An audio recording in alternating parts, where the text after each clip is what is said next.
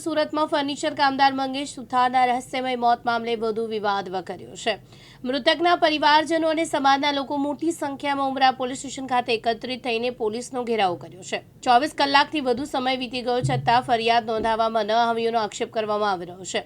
બીજી તરફ મૃતદેહ પર ઈજાના નિશાન અને ઘટનાક્રમને લઈને પરિવારજનોએ શંકા વ્યક્ત કરી નિષ્પક્ષ તપાસ તેજ ગુનો દાખલ કરવાની માંગ ઉઠાવી છે। અમે ઉમરા પોલીસ સ્ટેશન આવેલા છે સવારથી। અમારો એક જ પ્રશ્ન છે કે 24 કલાક થઈ ગયેલા છે, ના તો હમણાં સુધી કઈ એફઆઈઆર લીધી છે, ના અમને કઈ જાણ કરી છે કે હું કઈ રીતે શું થયેલું છે।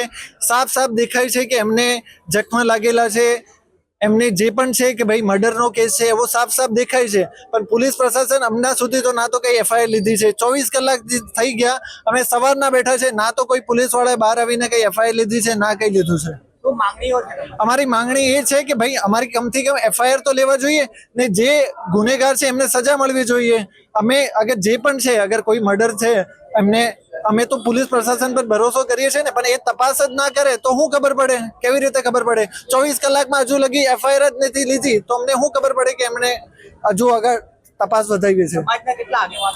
સમાજના અમારા સર્વ સમાજ છે, સર્વ રાજસ્થાન સમાજના લોકો ભેગા થયેલા છે આપણે ઉમરા પોલીસ સ્ટેશન।